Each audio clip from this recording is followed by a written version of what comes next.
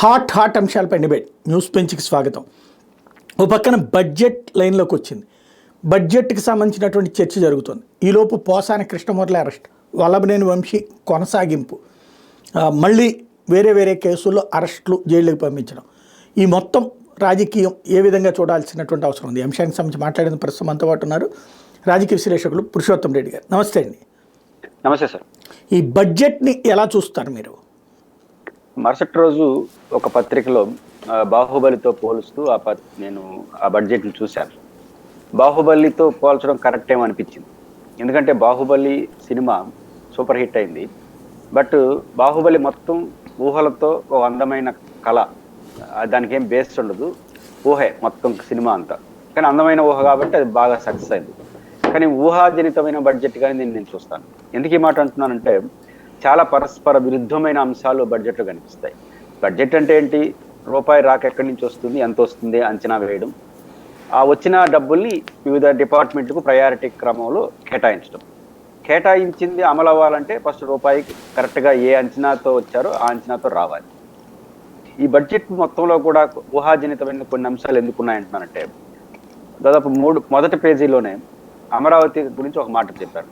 అమరావతి రాజధాని self sufficient రాజధాని నిరూపించుకునింది అని అంటూనే, గత ప్రభుత్వం డబ్బులు కేటాయించలేం కాబట్టి ఇక్కడ 3 రాజధానులు అన్నారు. ఆంధ్రప్రదేశ్ ప్రభుత్వం, ప్రజెంట్ తెలుగుదేశం ప్రభుత్వం, రూపాయి కూడా బడ్జెట్లో కేటాయించకపోయినా పనులు ప్రారంభమయ్యాయని చెప్తారు. కరెక్ట్గా 3వ పేజీ 4వ పేజీ పోతే ప్రజా రాజధాని అమరావతికి 6,000 కోట్లు కేటాయింపు అంటారు. అది అంత ఉల్టాగా ఉండాల్సిన అవసరం లేదు. రెండో వైపు సెల్ఫ్ సఫిషియెంట్ రాజధాని అని ఏదైతే గతం మేము చెప్పామో అది నిరూపితమైంది అంటారు. అదే లైన్లో ప్రపంచ bank, Asian development bank, Japan bank సంబంధించి, అట్కో సంబంధించి దాదాపు కొన్ని వేల కోట్ల రూపాయల నిధులు సమకూరుస్తూ ఉంటారు. అది నిధులు ఎట్లవుతుంది? అప్పులు సమకూర్చు. అట్లా ఊహాజనితమైన అంశాలు చాలా ఇందులో కనిపిస్తాయి. రెండోది, అంచనాలు చాలా ఎక్కువ వేశారు అని అనుకుంటున్నాను. ఈ బడ్జెట్ మొత్తంలో నాకు ఒక ఫేవర్ కనిపిస్తుంది ఏంటంటే, తెలుగుదేశం ప్రభుత్వానికి. ఆ ఫేవర్ నుంచి వీలైనంత త్వరగా తెలుగుదేశం ప్రభుత్వం బయటపడకపోతే అదే వాళ్ళకి సమస్యగా మారిపోతుంది. అది సూపర్ 6. పైకేం ఏదో మాట్లాడుతున్నాను, సూపర్ 6 అనేది అనివార్యము, అమలు చేయకపోతే పొలిటికల్గా అదొక సమస్యగా మారుతుందని చాలా గట్టిగా ప్రభుత్వం అంటుంది. ఆ జ్వరం పట్టుకుంది ప్రభుత్వానికి. ఆ జ్వరం నుంచి త్వరగా కోలుకోవాలి. ఆ జ్వరాన్ని కోలుకోకుండా దాని కింద పైన వేసి కొట్టుకున్నారంటే మొదటికే మోసం వస్తుంది. ఇది చాలా సీరియస్గా నాకు ఈ బడ్జెట్లో కనిపిస్తుంది. సూపర్ 6 కోసమే నేను అనుకుంటున్నాను 3,22,000 కోట్లు బడ్జెట్ చూపించారు. నిజానికి అంత ఉందా? గత కాలపు అనుభవాలు దృష్టిలో ఉండదు. ఉదాహరణకు వారు ప్రధానంగా చెప్పింది 2-3 కీలకమైన మార్గాలు చెప్పారు. ఒకటి, మనకు ఎయిడ్స్ వస్తాయని కేంద్ర ప్రభుత్వం నుంచి. అది జగన్మోహన్ రెడ్డి గారి ముగింపు సంవత్సరానికన్నా ఈ కూటమి ప్రభుత్వం వచ్చిన మొదటి సంవత్సరం తగ్గింది ఎయిడ్స్ మొత్తం, మనకి గ్రాంటీన్ ఎయిడ్స్ రావడం. అదే ట్యాక్స్కి సంబంధించి గతంలో అనుకుంటా దాదాపు 10,000-20,000 కోట్లు తేడా వచ్చింది. అంటే అనుకున్న అంచనా కన్నా తక్కువ వచ్చింది. ఈ సంవత్సరం ఏకంగా 1,00,000 బిలో కోట్లు పెడితే ఈసారి 1,60,000 కోట్లు ఎంతో పెట్టారు. అదే ఇది ట్యాక్స్, ఇండైరెక్ట్ ట్యాక్స్ ద్వారా రాష్ట్ర ప్రభుత్వానికి వచ్చేది. రెండోది అత్యంత కీలకమైనది లైబిలిటీ ద్వారా అంటే అప్పులు, ఇతర ఆస్తుల అమ్మకాలు అన్నీ కలిపి 32% చూపిస్తున్నాడు బడ్జెట్లో. అంటే రాక రూపాయి. ఇది దాని విలువ చూసుకుంటే 1,10,000 నుంచి 1,12,000 కోట్ల రూపాయలు అప్పులు తేవాలి. అప్పులు, అమ్మకాలు అవన్నీ తేవాలి. ఇది ఎక్కడన్నా తేడా కొడితే మొత్తం బడ్జెట్ మీద ప్రభావం పడిపోతుంది. ఖచ్చితంగా ఈ అంచనాలు సక్సెస్ అయ్యే అవకాశాలు కనపడట్లేదు. ఎందుకంటే గత అనుభవాలు చూసుకున్నా, ఎప్పుడు చూసుకున్నా ఒక 10% బడ్జెట్ హైక్ చూసాం. కానీ ఇంత భారీ ఎక్కువ హైక్ చూపించి దాని కేటాయింపులు అన్నిటికీ ఇస్తున్నట్టు చెప్పేస్తే రేపు అది అమలు కాకపోతే ఆశలు, సూపర్ 6 ఆశలు, మిగతా ఏది అమలు కాకపోయినా ప్రజల రియాక్షన్స్ ఒక రకంగా ఉంటుంది. సూపర్ 6 అనేది వ్యక్తిగత లబ్ధిదారుడు ఉంటాడు, కానీ ఖచ్చితంగా రియాక్ట్ అవుతాడు. కాబట్టి ఈ సూపర్ 6 ఫేవర్ నుంచి అంత త్వరగా తెలుగుదేశం బయటపడితే అంత మంచిది. ఈ బడ్జెట్ మొత్తంలో కూడా నాకు అది కనిపిస్తుంది. ఆచరణలో ఈ అంచనాలు ఏదైతే 3,22,000 కోట్ల అంచనాస్తో అది రావడం అనేది నా దృష్టిలో సాధ్యం కాదు. ఒక 25 వరస్ట్ కండిషన్, ఒక 25,000 కోట్లు, హైయెస్ట్గా 40,000-50,000 కోట్ల రూపాయలు అయితే డెఫిసిట్లో వెళ్ళిపోతారు. సాధ్యం కాదు. ఆ 50,000 కోట్లు ఎవరి మీద పడతారంటే నేను ఖచ్చితంగా చెప్తాను, డెవలప్మెంట్ యాక్టివిటీ, అదేవిధంగా సూపర్ 6 మీద పడుతుంది. ఎందుకంటున్నానంటే నాన్ ప్లాన్ బడ్జెట్ దాదాపు 1.5 దాకా వచ్చేస్తా ఉంది. అది దాన్ని ఎవడు ఏం చేయలేడు.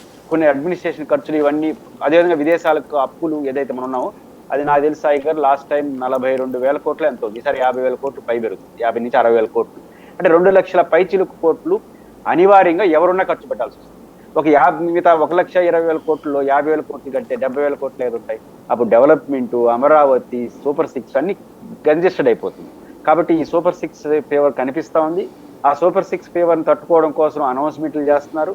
కానీ ఆచరణలో ఆ ఇన్కమ్ రాకపోతే మొత్తం మీద ప్రభావం పడి ప్రభుత్వానికి ఒక సమస్యగా మారే అవకాశాలు లేదు. ఈ బడ్జెట్ స్థూలంగా నాకు అర్థమైంది. అంటే ఇంతకుముందు ఏడాదికి ఇంత అప్పు అనేటటువంటిది రోజు రాస్తూ ఉండేవాళ్ళు.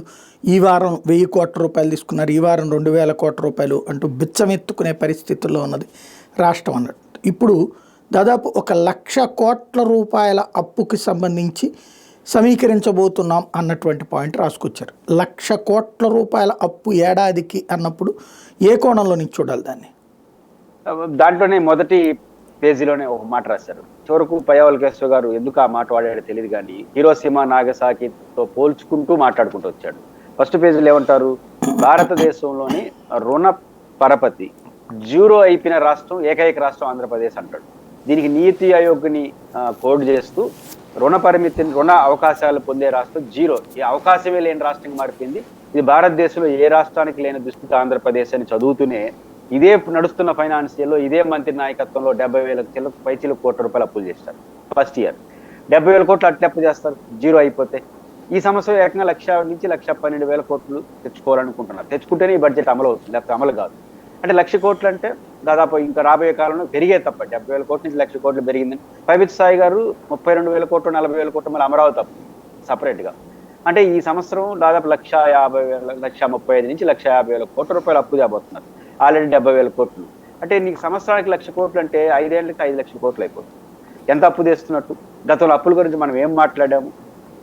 అప్పులకున్న సార్వజనిక సమస్యను అర్థం చేసుకోకుండా గత ప్రభుత్వం మీద దాడి చేసి చివరికి మీరు ఎక్కడికి పోయారు? దాంతోపాటు అదనంగా ఈరోజు మా పరిస్థితి బాగలేదు. ప్రతి పారాగ్రాఫ్లో గత ప్రభుత్వం విధ్వంసం అయిపోయిన రాష్ట్రంలో ఏ పెట్టుబడిదారు రాడు. అది ఎందుకో ప్రభుత్వం గుర్తించట్లా. విధ్వంసం అంటే ఏదో ప్రజలు సంక్షేమ పథకాలు అమలు కాకపోతే గత జగన్ విధ్వంసం సృష్టించాడు కాబట్టి మా చంద్రబాబు నాయుడు గారు మాకు సంక్షేమ పథకాలు ఇవ్వలేదని ప్రజలు అనుకుంటున్నారని వారు అనుకుంటున్నారు. అది సాధ్యం కాదు, ప్రజలే అనుకోరు. ఇంకా బయట వాళ్ళు పెట్టుబడిదారులు పారిశ్రామికులు ఎవరైనా విధ్వంసమైన రాష్ట్రానికి పునర్నిర్మాణానికి వస్తాడా? ఆదాయాన్ని పెంచుకోవడానికి ఈరోజు 10 రూపాయలు పెడితే రేపు 20 రూపాయలు సంపాదించుకునే పారిశ్రామికవేత్త ఉంటాడు కానీ దేశంలో ప్రపంచంలో పునర్నిర్మాణ పనికి వచ్చేవాడు ఊడుండడు. కేంద్ర రాష్ట్ర ప్రభుత్వాలు చేసుకోవాలి. ఎందుకో అన్బయాస్డ్గా వెళ్తున్నారు. అది ఎందుకు, అది వాళ్ళకి అంత మంచిది కాదు బయాస్డ్గా వెళ్ళడం.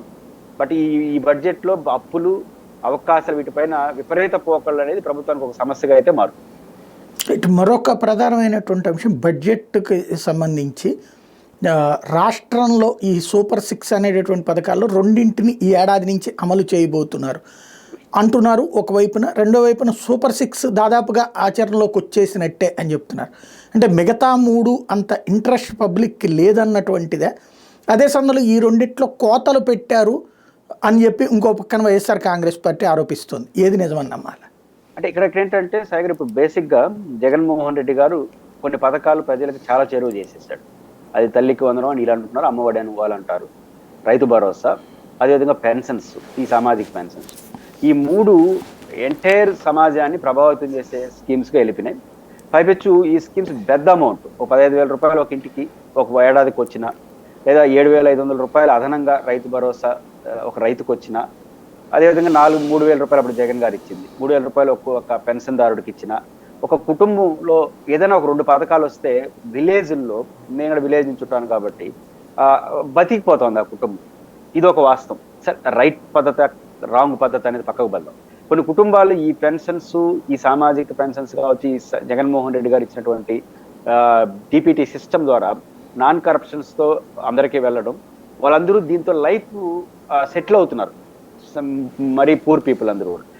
ఇట్లాంటి ఈ పథకాన్ని రద్దు చేయడం కానీ మార్పులు చేయడం కుదిరించడం కానీ ఏ ప్రభుత్వానికి కూడా సమస్య వస్తుంది.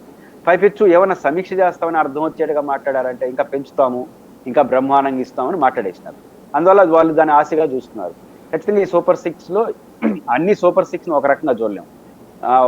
మీరు ప్రస్తావించిన దాంట్లో ఒక పాయింట్ అయితే కరెక్ట్. అదేంటంటే ఈ 3 పథకాలు, రైతు భరోసా, అమ్మఒడి, అదేవిధంగా సామాజిక పెన్షన్స్, ఇవి మాత్రం ప్రజల్ని విపరీతంగా ప్రభావితం చేస్తుంది కాబట్టి దీని నుంచి తప్పించుకోవడం సాధ్యం కావట్లేదు. కాబట్టి ఇది అమలు అవ్వాలి. ద సేమ్ టైం ఇంకో 2 పథకాలు ప్రధానమైంది. అది ఆడబిడ్డ నిధి, ఏదైతే 1,500 రూపాయలు పర్ మంత్ 18,000 రూపాయలు సంవత్సరానికి ఇస్తారో, అదేవిధంగా నిరుద్యోగ భృతి 3,000 కావచ్చు. ఇది చాలా కీలకమైనటువంటి హామీ. అది ఇది కూడా బాగా ప్రభావితం చేసినప్పటికీ కూడా ఇది ఇంకా అమలు కాలేదు. మిగతా జగన్మోహన్ రెడ్డి గారి కంటిన్యూ ప్రోగ్రామ్ ఆపడం అనేది సులభం కాదు. డైరెక్ట్ గా లబ్ధిదారుల సంఖ్య లక్షల్లో ఉంది కాబట్టి, లక్షల కుటుంబాలు కాబట్టి. కానీ ఇది న్యూగా ప్రారంభమయ్యేదన్నా కొంత వాయిదా వేయడానికి, కొంత ఆపడానికి అవకాశం ఉంటుందేం కానీ కంటిన్యూ ప్రోగ్రామ్ పైపించి అంతకన్నా బాగిస్తామన్న ప్రోగ్రామ్ ఆపడం అనేది దీనివల్ల కావట్లేదు. అదే నేను చెప్పాను ప్రారంభంలో, ఫేవర్ పట్టుకుంది సూపర్ 6 ఫేవర్ అని. కాబట్టి ఇక్కడ ఉంది కాబట్టి కనీసం కంటిన్యూ ప్రోగ్రామ్స్ ఏదైతే ఉందో, తప్పించుకోలేని ప్రోగ్రామ్ ఉందో దాన్ని ఎట్టో పద్ధతిలో అమలు చేయాలి. కొంచెం తక్కువ ఎక్కువ చేయాలి. అది చేయకపోతే రాజకీయంగా బతకలేని పరిస్థితి వస్తా ఉందని గమనించే కంటిన్యూ జగన్మోహన్ రెడ్డి గారు సృష్టించిన ఆ పథకాలు కొనసాగించాలని. మిగిలింది నాకు తెలిసి అమలు చేయడం అంత సాధ్యం కాదు. ఇంకేదైనా నెక్స్ట్ ఎలక్షన్ ముందు టోకన్ గా అమలు చేస్తే నేను చెప్పలేను. కానీ బడ్జెట్ సహకరించదు సార్, నా పాయింట్ అది. వాళ్ళు మోసం చేస్తారు నేను అన్న కానీ బడ్జెట్ సహకరించదు. ఈ పథకాలు కూడా నేను అనుకుంటుంది బడ్జెట్ సహకారం సాధ్యమా? ఉదాహరణకు లాస్ట్ ఇయర్ 70,000 కోట్ల రూపాయలు అప్పు తెచ్చారు, వెల్ అండ్ గుడ్. 70,000 కోట్ల అప్పు చేస్తే 2 పథకాలు మాత్రం అమలు చేయగలిగారు. ఇప్పుడు 1,00,000 కోట్ల అప్పు చేస్తే కనీసం ఆ పథకాలు అడ్రస్ చేయడానికి అవకాశం ఉంది.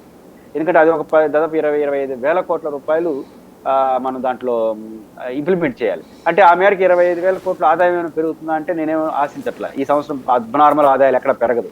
కాబట్టి 10,000-20,000 కోట్ల అప్పు పెరిగితే తప్ప వస్తుందా రాదా? వస్తుందా అప్పు? అది ఎప్పుడు వస్తుంది? నెల వస్తుందా? ఈ అడ్జస్ట్మెంట్లు ఇవన్నీ సమస్య వస్తుంది. ఈ పథకాల్లో కూడా కోత 2 రకాలుగా ఉండొచ్చు. లబ్ధిదారుల సంఖ్య నేను అనుకుంటుంది మళ్ళీ కూడా ప్రతి ఇంటికి అంటున్నారు కానీ నాకైతే అది నమ్మకం లేదు. ప్రతి పిల్లవాడికి కానీ అదేమైనా తగ్గిస్తారా? ఒక ఇంటికి ఒకరు, లేదా పథకం ఒకరు, లేదా గవర్నమెంట్ స్కూల్ అని కొత్త సోషల్ మీడియాలో చర్చ పెడుతున్నారు. గవర్నమెంట్ స్కూల్ పిల్లలకని ఏదో ఒక చిన్నటువంటి సవరణ తీసుకొచ్చే ప్రయత్నం చేయొచ్చు. రైతు భరోసా సంబంధించి గతంలో కూడా మనం మాట్లాడుకున్నాం. కేంద్ర ప్రభుత్వాన్ని ఇచ్చేది ఆల్రెడీ అనౌన్స్ చేసేశారు, కేంద్ర ప్రభుత్వం కలిపేస్తారని. అయితే వాళ్ళు 10,000 ఇకపోతే ఇప్పుడు 14,000 అవుతుంది. అప్పుడు ఏం చేస్తారు? కాబట్టి 3 విడతలు ఓకే, కేంద్ర ప్రభుత్వం కలిపి ఓకే, అది డిసైడ్ అయిపోయింది. బట్ 14,000, 10,000 అనేది 14,000 అయితే మరింత భారం అవుతుంది. అప్పుడు రైతులను ఏం చేస్తారు? కుదిస్తారా, లేకపోతే ఇంకేం చేస్తారు అనేది చూడాల్సిన అవసరం. ఈ ఆరోగ్యశ్రీ స్థానంలో రేపు ఆర్థిక సంవత్సరం నుంచి అందరికీ ఇన్సూరెన్స్ విధానం తీసుకొస్తాం. 2.5 లక్షల రూపాయల వరకు కూడా పేదవాళ్ళకి, 2.5 నుంచి 5 లక్షల వరకు కూడా పేదవాళ్ళకి సంబంధించి ఉచిత వైద్యం అందుతుంది అన్నటువంటిది. ఇప్పుడు యూనివర్సల్ వెల్త్ స్కీమ్ అనేది గతంలో తెలుగుదేశం అధికారం ఉన్నప్పుడు ఒక చర్చ పెట్టారు. అంటే ఆరోగ్యశ్రీ స్థానంలో యూనివర్సల్ వెల్త్ స్కీమ్ పేరు మార్ప, స్వభావం మార్ప. పేరు మార్పు అయితే ఊరికే అభ్యంతరం లేదు. ఎన్టీఆర్ ఆరోగ్యశ్రీ అని పెట్టుకున్నారు, ఇబ్బంది ఏం లేదు. నా పాయింట్ ఏంటంటే ఆ స్కీమ్ మారుతుంది, ఏం మారుతుంది? బెనిఫిటా లేదా ఎట్లా తీసుకొస్తారు? కొంత నేను అనుకుంటుంది ఆరోగ్యశ్రీ పైన ఖర్చులు తగ్గించుకునే ఆలోచనలోనే రాష్ట్ర ప్రభుత్వం ఉన్నట్టు కనిపిస్తోంది. ఎందుకంటే ఇప్పుడు ఆరోగ్యశ్రీ ఉంది, దానికన్నా బెటర్గా తీసుకురావడం అంటే బెటర్ అంటే అర్థం ఏంటి? కొంచెం నిధులు పెంచడమే కదా, తగ్గించేదే ఉండదు. కాబట్టి బెటర్గా ఇంకా నిధులు పెంచేట్టుగా ఉంటే ఎన్టీఆర్ వెల్త్ స్కీమే దాంట్లో చేయొచ్చు, దాన్ని కొనసాగించవచ్చు. కానీ తగ్గించదలుచుకుంటే కొత్త స్కీమ్ అంటే డైరెక్ట్గా దాన్ని రోగాల సంఖ్య తగ్గించిన, దాన్ని పెట్టే అమౌంట్ తగ్గించిన ఈ ఇష్యూ అవుతుంది.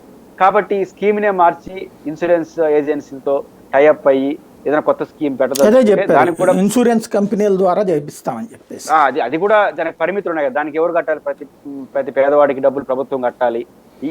అంత డబ్బు పెట్టే పరిస్థితిలో ఉండరా? ఇంతవరకు సక్సెస్ రేట్ భారతదేశంలో ఇట్లాంటి ప్రయత్నాలు ఆరోగ్యశ్రీ కన్నా బెటర్గా ఉన్నాయా అనేది ఇక్కడ ఇంపార్టెంట్. మన కేసీఆర్ గారు ముఖ్యమంత్రిగా ఉన్నప్పుడు కూడా ఆయన ప్రధానంగా ప్రస్తావించింది, రాజశేఖర రెడ్డి గారు తీసుకున్న ఆరోగ్యశ్రీ బాగుంది. అది ఎంత బాగుందంటే కేంద్రం తీసుకొస్తున్న ఆయుష్మాన్ భారత్ కన్నా బాగుందని చెప్పినాడు. అది నిజం కూడా. ఎక్కువ రోగాలు దాంట్లో ఉంటాయి కాబట్టి ఇంకా స్ట్రెంథన్ చేస్తూ ఉన్నారు. స్ట్రెంథన్ చేసే వాళ్ళ ఉద్దేశం అట్లుంటుంది. కానీ వీళ్ళు ఖచ్చితంగా ఎంతో కొంత ఫైనాన్షియల్గా భారం తగ్గించుకునే అవే కనిపిస్తున్నాయి నాకు. ఆరోగ్య శాఖ మన పెప్మాని ఆయన గుంటూరు ఆయన చెప్పాడు కదా మంత్రి, ఆయన చెప్పినా కానీ ఇంకొకరు చెప్తున్న ప్రకటనలు, ఇంతకు సత్యకుమార్ గారు చేసిన ప్రకటనలు ఇవన్నీ చూసుకుంటే నేనైతే కొంత భారం తగ్గించుకునే ఏర్పాట్లోనే ఈ యూనివర్సిటీ హెల్త్ స్కీమ్ ఇన్సూరెన్స్ అనేది చూస్తున్నారు. అది ఎంత తగ్గితే ఆ మేరకు ప్రజలకి సౌకర్యం పెరగడం తప్ప ఇంకోటి. తర్వాత మొన్న చంద్రబాబు గారి టూర్ సందర్భంగా ఈ తాజా కామెంట్స్ ఏది పెన్షన్ ఇచ్చినటువంటి రోజున ఎవరైతే వైఎస్ఆర్ కాంగ్రెస్ పార్టీ వాళ్ళకి ఎలాంటి మేలు చేయకండి, పాముకి పాలు పోసినట్టే అన్నటువంటి ప్రకటనని ఎలా చూస్తారు? చంద్రబాబు నాయుడు గారు ఇంకా కూడా సోషల్ మీడియా, మెయిన్ మీడియాలో వచ్చే వార్త అంటే యాక్టివిస్టులు చేసే వాటికి అడ్రస్ చేస్తున్నాడా అని నేను అనిపిస్తుంది. చంద్రబాబు నాయుడు గారు సోషల్ మీడియాలో పనిచేసే తెలుగుదేశం పార్టీని కాకుండా సొసైటీలో పనిచేసే తెలుగుదేశం పార్టీ వాళ్ళని దృష్టిలో పెట్టుకొని పనిచేస్తే మంచిది. ఎందుకంటే సాధారణ తెలుగుదేశం కార్యకర్తలు కూడా ఇట్లాంటి వాటిని ఆశించరు. ఎందుకంటే ఎవరు వైసీపీ ఎవరు కాదు. ఇప్పుడు ఏకపక్షంగా జగన్మోహన్ రెడ్డి 151 గెలిచారు, చంద్రబాబు నాయుడు గారు ఏకపక్షం 164 గెలిచారు. ఉల్టా అయిపోతాను కదా ప్రజా తీర్పు అటు ఇటుగా. ఇట్లాంటి దశ ఉన్నప్పుడు ఇప్పుడు యాక్టివ్గా ఉండే కార్యకర్తలు లాంటి వాళ్ళకి ఎంతమంది ఉంటారు? గ్రామానికి 2, 3, 4 ఉంటారు. మీరు అందరూ ఎట్టగాలి వస్తే అటు పోతా ఉంటారు. అంటే ఎవరిని ఆపుతారు, ఎవరు ఆపరు, ఆపితే ఎంత సమస్య వస్తుంది. కాబట్టి గవర్నమెంట్ స్కీమ్స్ వరకు ఎట్లాంటి వివక్ష లేకుండా చేయకపోతే అబ్నార్మల్ సిచ్యువేషన్స్ గ్రామాల్లో వస్తాయి. అదే మీరు వ్యక్తిగత సహాయాలు ఉంటాయి, వ్యక్తిగత పనులు ఉంటాయి, దాన్ని ఆపేసి ఊడేమనడు, వాళ్ళు ఏం అడగరు, వీళ్ళేం చేయరు, చేయాల్సిన అవసరం లేదు. వ్యక్తిగత సహాయం వరకు చంద్రబాబు గారు ఆ మాట అనాల్సిన అవసరం లేదు. జరగు పనులు 190% జరగు, జరిగినా కూడా ఆపేస్తే ఊరికి ఏం అభ్యంతరం ఉంటుంది. కానీ సామాజికంగా ప్రజలకు ఇచ్చే, ప్రభుత్వం ఇచ్చే సంక్షేమ పథకాలు కావచ్చు, డెవలప్మెంట్ యాక్టివిటీస్ కావచ్చు, గ్రామాల్లో కానీ ఇంకో చోట కానీ ఆపితే అబ్నార్మల్ సిచ్యువేషన్స్ వస్తాయి. ఎందుకంటే రాజకీయ చైతన్యం పెరిగింది, ప్రజల్లో గొడవలు వస్తాయి. అన్నిటికన్నా మించి నేను ప్రారంభంలో చెప్పినట్టు ఇప్పుడు వస్తున్న సంక్షేమ పథకాలు కొట్టు కుటుంబాలు నిలబెడుతున్నాయి, కొట్టు కుటుంబాలు బతికిపోతున్నాయి. అలాంటిది బతికిపోతున్న కుటుంబం నువ్వు వైసీపీకి అనుకూలమో ఇంకోటి అనేసి ఆపేస్తే ఆ కుటుంబం అతలాకుతలం అయిపోతుంది. అతలాకుతలమైన కుటుంబం రియాక్షన్స్ వేరే రకంగా ఉంటాయి. కాబట్టి అది చాలా అబ్నార్మల్ సిచ్యువేషన్స్ వస్తాయి. ఇక్కడ చంద్రబాబు నాయుడు గారు అలా ప్రకటన చేసి ఉండాల్సింది కాదు. వ్యక్తిగత సహాయాలు, వ్యక్తిగత వ్యాపారాలు, దాంట్లో మీరు వివక్ష చూపిస్తే దాన్ని ఏం పట్టించుకోరు. కానీ ప్రభుత్వ డెవలప్మెంట్ యాక్టివిటీ ఇంకా సోషల్ మీడియా వాళ్ళు వ్యక్తీకరణ, వాళ్ళు ఇంకా వాళ్ళని కొట్టలేదు వీళ్ళు కొట్టలేదు అని కోరికలు ఉన్నాయో వాళ్ళని అడ్రస్ చేసుకుంటా పోతా ఉంటే అది ప్రభుత్వానికి నష్టం వస్తుందని మాత్రం గుర్తించాలి. అంటే మరొక కోణం అనుకోవచ్చు కదా, ఈ మధ్యన వాళ్ళ సోషల్ మీడియా వాళ్ళే రైట్ చేస్తున్నటువంటి పాయింట్, గ్రామీణ ప్రాంతాల్లో తెలుగుదేశం కార్యకర్తలను వదిలేసి వైఎస్ఆర్ కాంగ్రెస్ పార్టీ నుంచి ఇటు వచ్చినటువంటి వాళ్ళు కొంతమందిని ఈ మధ్యన చేర్చుకుంటున్నారు కదా, గ్రౌండ్ లెవెల్లో, మున్సిపాలిటీలోను, కార్పొరేషన్లోను అట్లాగా. లేదా కొన్ని చోట్ల ఇప్పుడు లైక్ మైనింగ్ లాంటి చోట్లన వైసీపీ వాళ్ళని తీసుకొచ్చుకుని తెలుగుదేశంలో పెట్టుకుని వాళ్ళకి పనులు అప్పచెప్తున్నారు, కాంట్రాక్టులు కానీ, ఇసుక కానీ, మద్యం కానీ, ఇట్లాంటి కొన్ని ఆరోపణలు వస్తున్నాయి కదా. అలాగ వాళ్ళని పెంచొద్దు అని చెప్పే ఉద్దేశం అయ్యి ఉండొచ్చు కదా. అంటే ఖచ్చితంగా దాన్ని ఊరి చెప్పాలి, కార్యకర్తలు చెప్తే ఎమ్మెల్యేలు కూర్చోబెట్టి. నాకున్న సమాచారం బహుశా మీ దృష్టిలో కూడా వచ్చి ఉంటుంది, చాలా చోట్ల కింద అడ్జస్ట్మెంట్ పాలిటిక్స్ నడుస్తున్నాయి. గతంలో కొంతమేరకు నడిచి ఇప్పుడు కూడా నడుస్తున్నాయి. గొడవలు కూడా తగ్గిపోయాయి చూడండి, గ్రామాల్లో కానీ ఎక్కడెక్కడ గొడవలు తగ్గిపోయినాయి. ఎందుకు ఈ గొడవలు పెట్టుకోవడం, ఎవరి పని వాళ్ళు చేసుకుంటే బాగుంటుందనే ధోరణికి వచ్చారు.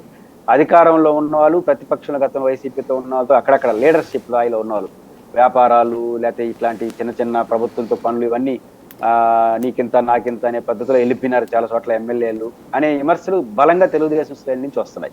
దీన్ని కంట్రోల్ చేయడం కార్యకర్తల చేతిలో పని కాదు. లేదా చంద్రబాబు గారు బహిరంగ హెచ్చరికలు ఎక్కడ పనిచేయవు. మీరు ఏదైనా ఉంటే స్పెసిఫిక్ గా పలానా ఎమ్మెల్యే అని వాళ్ళని పిలిచి మాట్లాడడం, ఎమ్మెల్యేల స్థాయిలో జరగాల్సిన పనులు అది ఏదైతే తెలుగుదేశం సగటు కార్యకర్త ఆవేదన ఉందో ఆ ఆవేదన అనేది ఎమ్మెల్యేల స్థాయిలో జరగాల్సింది. ఎమ్మెల్యేలకు చెప్పాల్సింది, ప్రజలకు చెప్తే ఎమ్మెల్యేలు తెలియదా ఇది జాతిని ఉద్దేశించి మాట్లాడుతున్నాడు, అది కుదరదు. ఖచ్చితంగా ఎమ్మెల్యేల స్థాయిలో కొంత జరుగుతున్న మాట నా దృష్టిలో కూడా, నాకు కూడా కొంత అవగాహన ఉంది, కొంత సమాచారం తెమని చెప్తుంటున్నాను. ఇది వైసీపీ తెలుగుదేశం కార్యకర్తలు కూడా ఫీల్ అవుతున్నారు, ఇంకా ఏంది మళ్ళీ వాళ్ళ స్థాయిలోనే ఉండారు అని. ఇది ఒక అంశం పనిచేస్తా ఉంది. రెండోది, తెలుగుదేశం వైసీపీ నుంచి కార్పొరేటర్లు, ఎంపీటీసీలు, జెడ్పీటీసీలు ఇట్లాంటి వాళ్ళు చేర్చుకొని ఆ మేయర్ల కోసం ఇంక 1 year ఉండేది పదవి, డిప్యూటీ మేయర్లు, మున్సిపల్ చైర్మన్లు వచ్చే కోసం వీళ్ళందరినీ చేర్చుకుంటున్నారు. చేర్చుకునేసిన తర్వాత వాడు present corporator, present councillor, present mayor, present councillor, chairman, వీళ్ళు ఒక్కసారి ఈ రోజు ప్రతిపక్షం, రేపు పవర్లోకి వచ్చిన తర్వాత వాళ్ళు నాది పార్టీ అనుకుంటారు. అప్పుడు వాళ్ళ పనులు ముందుకు వస్తాయి, తర్వాత ఎన్నికల్లో కూడా ముందుకు వచ్చేస్తారు. దీన్ని చేర్చుకునే దాంట్లో ఆపాలి కదా. ఇప్పుడు తిరుపతిలో సగం మంది కార్పొరేటర్లు చేర్చుకున్నారు, వాళ్ళందరూ వైసీపీ కార్పొరేటర్లు, వాళ్ళు 20 మంది 22 మంది తెలుగుదేశం, జనసేన, బీజేపీ వాళ్ళు చేర్చుకుంటారని వినపడితే ఇప్పుడు కొంతమంది చేరారు, ఉప మేయర్ కూడా గెలుచుకున్నారు. వీళ్ళు రేపు అధికార పార్టీ కార్పొరేటర్లు అయిపోతారు. అప్పుడు అడున్న అధికార పార్టీ తెలుగుదేశం వాడు మాట ఊడింటాడు, అంతో ఇంతో వీళ్ళు సెటిల్ అయిన బ్యాచ్ కదా ఈ వైసీపీ నుంచి పోయినారు, వాళ్ళ ఆవా ఎక్కువ నడుస్తుంది. కాబట్టి ఖచ్చితంగా ఈ బాధను పరిష్కరించుకోవాలంటే చంద్రబాబు నాయుడు గారు ఫస్ట్ ఆఫ్ ఆల్ ఇట్లాంటి 1 year పదవి కోసం, 6 నెలల పదవి కోసం అన్డెమోక్రటిక్ యాక్టివిటీస్, ఆ చెడ్డ పేరు ఈ చెడ్డ పేరు అన్ని తెచ్చుకొని కార్యకర్తలను ఇబ్బంది పెట్టేది చేసింది అంటే డైరెక్షన్ ఇచ్చేవాళ్ళు.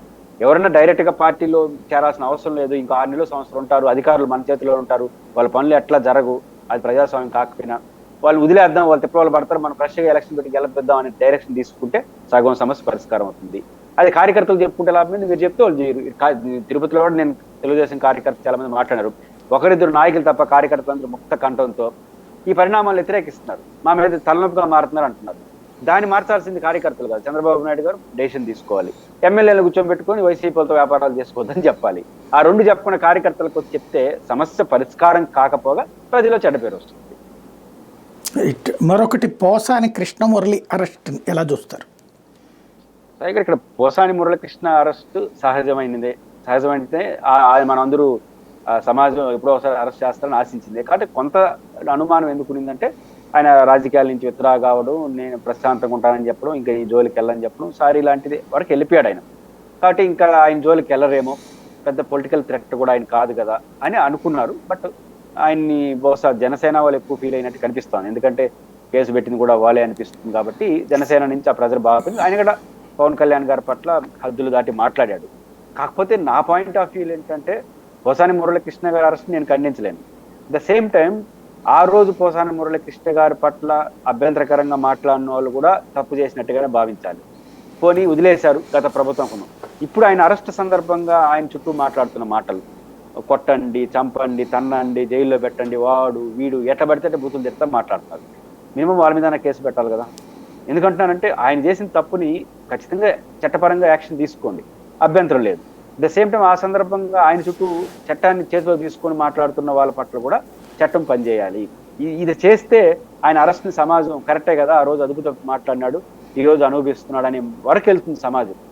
కానీ అందుకు భిన్నంగా ఈ పక్క తిడుతూ ఉంటే, ఆ రోజు తిట్టాడు కాబట్టి అనుకో ఈ పక్క బూతులు తిడతా ఉంటే, ఇది పట్టించుకోకపోతే పోసాని మురళీకృష్ణ పట్ల సానుభూతి మారే అవకాశం ఉంది. ఇది ఒక పాయింట్. రెండో పాయింట్, ఆయన ప్రజలంతా ఏమనుకుంటున్నారు సాయి గారు, ఆయన ఆ రోజు పవన్ కళ్యాణ్ గారి పట్ల అభ్యంతరకర భాషలో మాట్లాడాడు, దాని పర్యావసనం ఇది అనుకుంటున్నారు.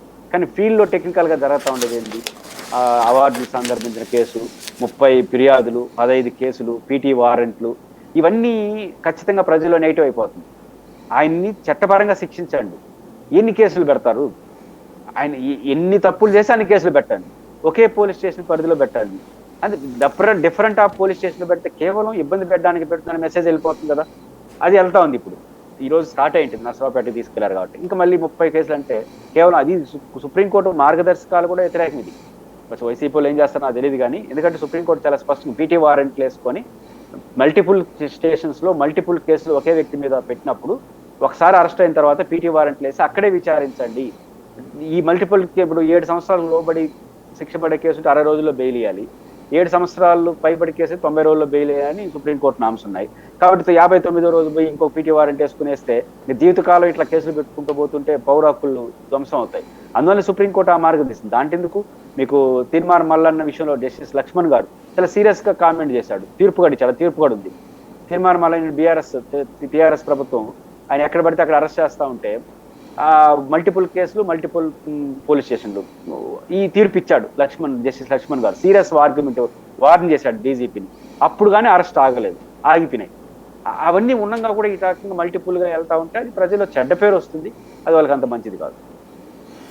ఇప్పుడు వల్లభనేని వంశీ అరెస్టు, ఆ తర్వాత తనకి సంబంధించినటువంటి దాంట్లో మళ్ళీ ఇప్పుడు ఇంకొక పాత కేసుల సంబంధించి అతని మీద కూడా పీటీ వారెంట్, వీళ్ళందరినీ కనీసం ఒక 5-6 నెలలు జైల్లో ఉంచడం అన్నటువంటిది సాధ్యమవుతుందా? ఇప్పుడు మొన్న ఆయన ఎవరిని ఉంచినట్టున్నారుగా, మన ఎంపీ సురేష్. ఇంకా ఆ మోడల్ ఏమైనా పాటిస్తారు అంటే నాకు అనిపిస్తుంది. ఎన్ని అవకాశం ఉంటే లీగల్ గా అన్ని రోజులు పెడదామా అనుకుంటున్నారా? కానీ ఒకటి, ఎంత మనం టెక్నికాలిటీస్ లో జాగ్రత్త తీసుకుని పోయినా సాయి గారు, కోర్టులు ఇండిపెండెంట్ బాడీలుగా ఉన్న కోర్టులు ఎక్కడో ఒకసారి జోక్యం చేసుకుంటారు. 1 కేసు, 2 కేసులు, 3 కేసులు వచ్చి ఇది ఒక వ్యాపకంగా మారిపోతే దాన్ని ప్రాథమికంగా తీసుకునే ప్రజా ప్రయోజనాలు సుప్రీంకోర్టు వరకు వెళ్తే చాలా ప్రాబ్లం వస్తుంది. ఇప్పుడు సుబ్రహ్మణ్య స్వామి గారు లాంటి వాళ్ళు ఆంధ్రప్రదేశ్ మీద కేంద్రీకరిస్తున్నారు. ఆయన తిరుపతిలో జరిగిన గొడవల పైన సిబిఐ విచారణ కావాలంటున్నాడు. ఇట్లాంటివి పెరిగింది అనుకోండి, ఇట్లాంటి వాళ్ళు గట్టిగా కూర్చొని సుప్రీంకోర్టు ముందు ఆంధ్రప్రదేశ్ జరుగుతున్న మొత్తం అరెస్టులకు సంబంధించి చూస్తే ఏ అరెస్ట్ అని ఎట్లా కనిపిస్తాం. అరెస్టు, పీటీ వారెంట్, మళ్ళీ కంటిన్యూషన్. ఇప్పుడు చంద్రబాబు నాయుడు గారు అరెస్ట్ అయినప్పుడు 52 రోజులు పెట్టగలిగింది, 1 కేసు తర్వాత పెడదాం అనుకున్నారు. కానీ ఆయన హెల్త్ గ్రౌండ్ లో ఆయనకి బెయిల్ ఇచ్చేసినారు. లేకపోతే ఆయన కూడా ఇట్లా కొన్ని రోజులు పెట్టుంటారేమో ఇతర కేసులకు సంబంధించినంత వరకు 5-6 కేసులు ఉన్నాయి కాబట్టి. ఇట్లా ఇది ఉద్దేశపూర్వకంగా ఎక్కువ రోజులు జైల్లో పెట్టాలనేది 1 కేసు, 2 కేసులో సాధ్యం అవుతుంది. కానీ అది ఒక వ్యాపకంగా మారిపోతే ప్రజల్లో చెడ్డ పేరు వస్తుంది. ఒకనొక దశలో కోర్టులు జోక్యం చేసుకొని మళ్ళీ ఎవరిని కూడా అరెస్ట్ చేయలేని పరిస్థితి తెచ్చుకుంటారా అనేది చూడాలి. అంటే గతంలో అయితే కనుక మ్యాజిస్ట్రేట్ లెవెల్లోనే అక్కడ రిజెక్ట్ చేశారు రిమాండ్, ఇక్కడ కంటిన్యూ అవుతున్నాయి. అంటే ఇప్పుడు వీళ్ళు తప్పు చేశారని న్యాయస్థానాలు భావిస్తున్నట్టే కదా. ఒకటి లీగల్ యాక్టివిటీలో నేను అనుకుంటుంది వైఎస్ఆర్సీపీకి తెలుగుదేశానికి చాలా తేడా ఉంది. వైఎస్ఆర్సీపీ ప్రొఫెషనల్గా లీగల్ పార్టీ కూడా ప్రొఫెషనల్గా లేదు, అది ఒక ప్రొఫెషనల్ పొలిటికల్ పార్టీ కాదు, మాస్ పొలిటికల్ పార్టీ, అది తెలుసు అందరికీ. లీగల్లో కూడా ప్రొఫెషనల్గా ఉందా అనే అనుమానం చాలా సందర్భంలో కనిపిస్తుంది. ఆ బలహీనత కూడా కనిపిస్తుంది. తెలుగుదేశం పార్టీ రాజకీయంగా దానిపైన ఎలాంటి చాలా లీగల్గా ప్రొఫెషనల్గా ఉంటుంది, పార్టీ నడపడంలో ప్రొఫెషనల్గా ఉంటుంది. మీరు చూడండి, జగన్మోహన్ రెడ్డి గారు అధికారంలోకి వచ్చిన వెంటనే ఈ ఒకనొక ఇష్యూ ఏంటంటే రంగుల పైన ఎంత ఇష్యూ చేసి సుప్రీంకోర్టు వరకు పోయింది కదా వ్యవహారం. ఇప్పుడు తెలుగుదేశం పార్టీ వాళ్ళు కూడా అన్న క్యాంటీన్కి పైకి 3 రంగులు వేసాం, 4 రంగులు ఎన్ని చేసినా మోటివ్ కనిపిస్తా ఉంది. ఆ ఫోటోలు తీసి కేసు పెట్టే ఆలోచన, కేసు పెట్టమని నా ఉద్దేశం కాదు, వాళ్ళైతే వీళ్ళు ఉంటారు దీని ఇట్లా లాజిక్లు పెట్టి మళ్ళీ వాళ్ళు గుర్తుపెట్టారు, వెళ్ళే ప్రయత్నం కూడా వీళ్ళు చేయలేదు. ఇప్పుడు ఆంధ్రప్రదేశ్ ప్రభుత్వం తీసుకొస్తున్న ఏ పాలసీ మ్యాటర్లోనైనా ఎక్కడన్నా వెళ్ళారా? మీకు గుర్తుంటే జగన్మోహన్ గారు అధికారంలోకి వచ్చిన వెంటనే జాతీయ ఉపాధి హామీ పథకం సంథింగ్ 2,000 కోట్ల రూపాయలకు సంబంధించి బిల్లులు ఆపేసినాడు. అది కూడా విజిలెన్స్ విచారణ జరిపి ఆపేసినాడు, అది పెండింగ్ ఉంది. ఇప్పుడు తెలుగుదేశం పార్టీ రావడం చెల్లించేసింది. మామూలుగా ఒకసారి విజిలెన్స్ విచారణ జరిపి ఆపితే ఏం చేయాలి? మళ్ళీ కొత్త ఏజెన్సీ వేసో విచారణ జరిపించో వాటి అప్పీల్ తీసో ఏదో సమ్ టెక్నికల్ గ్రౌండ్ చూడాలి, అవేమి లేకుండా చేసింది. వీళ్ళు ఏమైనా కోర్టుకి వెళ్ళారా? వెళ్ళే దాని గ్రౌండ్ ఉంటుంది కదా. అంటే లీగల్ ఫైట్ అనేది వీళ్ళు సరిగ్గా చేయరు. వాళ్ళు లీగల్ ఫైట్ కానీ లీగల్ స్ట్రెంత్ కానీ బాగా చేసుకుంటారు. అది ఒక కారణం కనిపిస్తా ఉంది నాకు. రెండోది ఇంకా ఏరే కారణాలు ఏమున్నాయో మనకు తెలియదు. అది ఇంకోటి ఇంతకుముందు చెప్పాను కదా, తీన్మార్ మల్లన్న కేసు మన పక్క రాష్ట్రం వేసింది. అయితే తెలంగాణ హైకోర్టు ఇచ్చిన తీర్పుని యాజ్ ఇట్ ఈజ్ గా ఆంధ్రప్రదేశ్ హైకోర్టు వినాలని నేను అనుకోను. బట్ సుప్రీంకోర్టు మార్గదర్శకాలు లోబడి లక్ష్మణ్ గారు ఇచ్చారు ఆ తీర్పు. సుప్రీంకోర్టు కూడా చాలా స్పష్టం చేసింది, మల్టిపుల్ కేసులు మల్టిపుల్ స్టేషన్ వచ్చినప్పుడు ఒకే కేసు అరెస్ట్ అయినప్పుడు వాళ్ళని అక్కడే విచారించండి అని చెప్పింది కదా. అది జస్టిస్ లక్ష్మణ్ గారిది ఇట్లాంటిది కావాలి మాకు అని అడిగినట్టు నేను చూడాలి. బహుశా అప్పీల్ చేస్తున్నారో నాకు తెలియదు. ఆ చర్చ కూడా జరగలేదు. ఏమవుతుందో తర్వాత ఇష్యూ. కానీ ఇవన్నీ చూసినప్పుడు వీళ్ళు బలహీనత కనిపిస్తుంది, అధికార పార్టీ స్ట్రెంత్ కనిపిస్తుంది. బహుశా ఇవి కూడా కొంత రెండు కేసులు కూడా నంబర్ ఆఫ్ కేసులు పెట్టినప్పుడు కొంత కనిపిస్తున్నాయి కదా వీడియో రిపోర్ట్లు, అవన్నీ అవేమన్నా కారణమై ఉండొచ్చా? ఇప్పుడు తెలుగుదేశం పార్టీ చంద్రబాబు నాయుడు గారిని 50 రోజులు పెట్టగలిగినారు, అచ్చెన్నాయుడు గారిని పెట్టగలిగినారు, కొల్లు రవీంద్ర కొంతమంది పెట్టగలిగినారు కదా, వాళ్ళు కూడా పెట్టాలనుకున్నాను. అట్లాంటిది ఏమన్నా ఉంటుందా? కేసుల్లో గ్రావిటీ ఉన్న ఇప్పుడు వరకు అరెస్ట్ చేసిన అందరూ కొంతమందినే కదా, కాబట్టి అట్లాంటివి ఏదైనా ఉంటే చెప్పలేదు. రైట్. ఫైనల్గా శాసనమండలి ఎలక్షన్స్ అన్నటువంటిది ఒక పక్కన రిజల్ట్ జరుగుతున్నది ఈవేళ. అయితే ముందు టీచర్స్ దానికి సంబంధించి ఇటు పిఆర్టీయు అభ్యర్థికి వీళ్ళు మద్దతు ప్రకటించున్నారు రఘువర్మకి. కానీ అక్కడ అవతల ఉన్నటువంటి కూటమికి సంబంధించినటువంటి ఆయనకి ఫస్ట్ ఫేజ్లో మెజారిటీ వచ్చింది. ఏ కోణంలో నుంచి చూడాలి దీన్ని? పీడిఎఫ్ కూడా కాదు, ఇంకొక దీని పేరు ఏపీడిఎఫ్కి వచ్చింది. ఏపీడిఎఫ్ ఫస్ట్ వచ్చింది. అంటే ఇక్కడ ఫస్ట్ రౌండ్స్ దీంట్లో ఫస్ట్ ఫేజ్ మొదటి ప్రాధాన్యత, కాబట్టి మ్యాజిక్ ఫిగర్ రాదు కాబట్టి ఇంకా ద్వితీయ ప్రాధాన్యత ఓట్లు డిసైడ్ ఫ్యాక్టర్గా ఉంటుంది. అయితే పాయింట్ ఏంటంటే ఇక్కడ 2 ఉన్నాయి. నిజానికైతే గోదావరి జిల్లాల్లో పీడిఎఫ్ అభ్యర్థి గెలవాలి. ఇక్కడ గుంటూరులో అభ్యర్థి కారణంగా కొంత పీడిఎఫ్ అభ్యర్థి గెలవాలి. ఎందుకంటే ఎందుకు గెలవాలని కోరికతో చెప్పట్లేదు. గోదావరి జిల్లాల్లో యూటీఎఫ్ చాలా బలమైన ఆర్గనైజేషన్, నాకు వ్యక్తిగతంగా తెలుసు. 90% యూటీఎఫ్ఏ ఉంటుంది స్కూల్స్ లెవెల్లో. వీళ్ళే గ్రాడ్యుయేట్లు ప్రభావిస్తారు, వాళ్ళ ఇంట్లో కుటుంబ సభ్యులు చాలా ఎఫెక్టివ్గా ఉంటుంది. కాబట్టి గోదావరిలో ఫెయిర్ అండ్ ఫ్రాంక్గా ఎన్నికలు జరుగుంటే మాత్రం పీడిఎఫ్ అభ్యర్థికి అవకాశాలు ఉంటాయి, నా జనరల్ అసెస్మెంట్. కృష్ణా గుంటూరులో వీళ్ళు ఆర్గనైజేషన్ అంత బలమైంది కాదు టీచర్స్లో యూటీఎఫ్, బట్ అభ్యర్థి చాలా బలమైంది లక్ష్మణరావు గారు, మీకు తెలుసు. కానీ ఆయనకు ఇప్పటికే 14 ఏళ్ళు పట్టు ఉన్నాడు. కాబట్టి ఆయన ప్రభావం చూపిస్తే ఆయన కొంచెం ఎడ్జ్ ఉండాల్సింది. కానీ బట్ ఎలక్షన్లో కొంత అధికార పార్టీ తట్టుకోలేకపోయారు పోలింగ్ అడ్మినిస్ట్రేషన్లో వీళ్ళనేది వస్తున్న వార్తల ప్రకారం, ముఖ్యంగా కృష్ణా గుంటూరులో జరుగుతుంది. తెలుగుదేశం ప్రభుత్వం చాలా మోర్ ప్రయారిటీ ఇచ్చింది.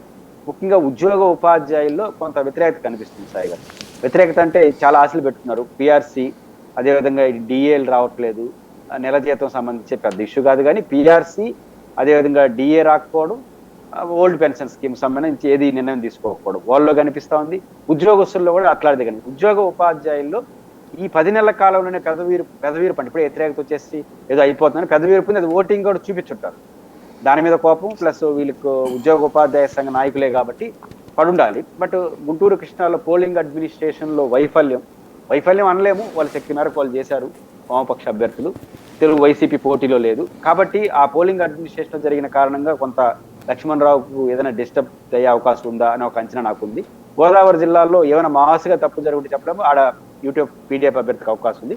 టీచర్ అభ్యర్థి వరకు మాత్రం అక్కడ కూడా యాక్చువల్గా పీడిఎఫ్ అభ్యర్థి యొక్క ఉపాధ్యాయ ఆర్గనైజేషన్ చిన్నదే, ఆడ ఏపీటీఎఫ్ అదే ఇప్పుడు ఉపాధ్యాయుదే ఇది పూర్తయింది. దాంట్లో మెయిన్ వచ్చేటికి మొత్తం వ్యాలిడ్ ఓట్లు 19,813 వస్తే పీఆర్టీ అభ్యర్థి శ్రీనివాస నాయుడికి 7,210 వచ్చినాయి.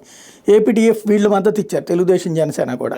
పాలకపాటి రఘువర్మకి 6,845 వచ్చినాయి. యూటీఎఫ్కి విజయ్ గౌరికి 5,804 వచ్చినాయి. ఇప్పుడు కీ రోల్ రెండో ప్లేస్ ఆయన ఎవరికి ఓటేసి ఉంటాడని అవగాహన ఉంటుంది. ద్వితీయ ప్రాధాన్యత ఓట్లు కానీ రెండో ప్లేస్ లో ఉన్న ఆయన కానీ పీడిఎఫ్ అభ్యర్థికి వేస్తుంటే మటాష్ అయిపోతుంది. ఇప్పుడు అనంతపురం, కడప, కర్నూలులో మొదటి ప్రాధాన్యత ఓట్లు 7,000 చిల్లరతో వచ్చాడు రవీంద్రనాథ్ రెడ్డి. లేదా రెండో ప్రాధాన్యత ఓట్లు వీళ్ళు చేతగాక వైసీపీ దాన్ని అడక్క మొత్తం పోయింది, ఓడిపోయినారు. అట్లాంటి అనూహ్య పరిణామాలు జరిగాయి. రెండో ప్లేస్ లో ఉన్నటువంటి నాకు తెలిసి తెలుగుదేశం యూటీఎఫ్ కి వాళ్ళకి పడదు ఆ మిగతా రెండు ఆర్గనైజేషన్స్ కి. ఆ కారణం రీత్యా ఏమైనా పనిచేసిన వాళ్ళు కానీ ద్వితీయ ప్రాధాన్యత ఓట్లు కానీ మొదటి వచ్చిన ఆయనకి కానీ ఏపీటీఎఫ్కి వేస్తుంటే ఇంకా ఆ ఎన్నికలు క్లియర్, వాళ్ళు గెలిచిపోతారు. లేకపోతే తేడా వస్తే మాత్రం ఖచ్చితంగా పీడిఎఫ్ అభ్యర్థి గెలిచే అవకాశాలు ఉంటాయి. ఏపీటీఎఫ్ గెలవకపోతే అది తెలుగుదేశం పార్టీకి రాజకీయంగా ఆడ పెద్ద ఇబ్బంది ఉండదు. అది టీచర్స్ సంఘాలు మేము మత్తిచ్చా ఉంటారు. గోదావరిలో కానీ కృష్ణా జిల్లా ఇది క్రూషియల్గా ఉంటుంది. పొలిటికల్ హీట్ మాత్రం పెంచేది మాత్రం గ్రాడ్యుయేట్ అని కాదు, ఇక్కడ తెలుగుదేశం డైరెక్ట్ సీన్ లో ఉంది, అక్కడ తెలుగుదేశం ఇండైరెక్ట్ సీన్. కాబట్టి ఈ రెండిట్లో ఒక చోట ఓడిపినా తెలుగుదేశం మీద చాలా మానసికమైన ప్రభావం పడే అవకాశం ఉంది. ఏం జరుగుతుందో చూడాలి. థ్యాంక్ యూ వెరీ మచ్ అండి. ఇది పరిస్థితి. ఒకవైపు రాష్ట్ర రాజకీయం ఎప్పటికప్పుడు క్రమక్రమంగా మారుతూ ఉంటుంది. అదే సందర్భంలో వాటి మీద ఎవరి వ్యాఖ్యానాలు వాళ్ళకు ఉంటాయి. ఒక వాదన ఇది.